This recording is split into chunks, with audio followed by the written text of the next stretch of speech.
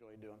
So we've got to do other things because the stock market hasn't been doing really well. National unemployment rate, as I mentioned, just hit 9.7%, highest in 25 years. Home foreclosures at an all-time high, and so are car repossessions.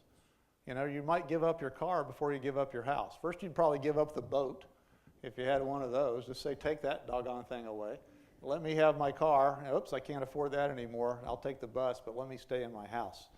So who can tell me what happens when you don't pay your car payment? Seriously. Gets repossessed. You wake up in the morning and they came and got it because you told them, please, whatever you do, if I miss a couple of payments, could you do me a favor?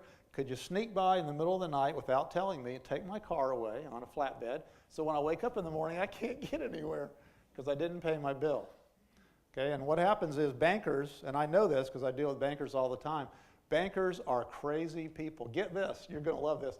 They loan you money and then they expect you to actually pay them back. And if you don't, they're not real happy about it. So I was doing this in class one day and I said, what is repossession? One of my students very eloquently said, guy in the back row, no offense to the people in the back row, guy in the back row said, hey, I got it, man, I know what that is. I said, okay, you know, Jerome, what is that? He said, that's when they come and get your shit. I said, okay. Well, I don't think I'll be putting that on any exam, I'm sure you can appreciate, but yeah, that's a pretty good definition.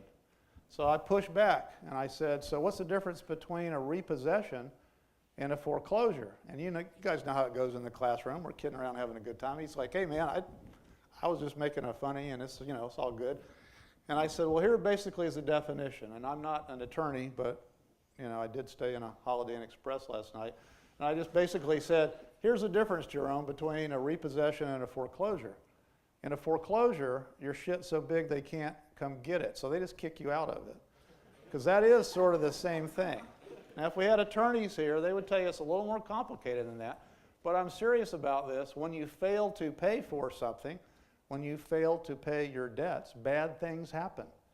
And if you had collateral, they come and take it away. You don't pay your car payment, your car disappears. You don't pay your house payment for a while. Then unfortunately somebody puts a big orange sticker on your door and they change the lock and you're out on the street, literally.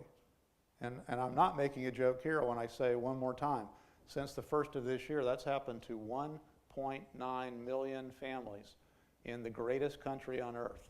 Does that make any sense to anybody here? Scary stuff, okay? So we need to fix that, and we can fix it in a variety of different ways, so we'll talk about that as we go through this.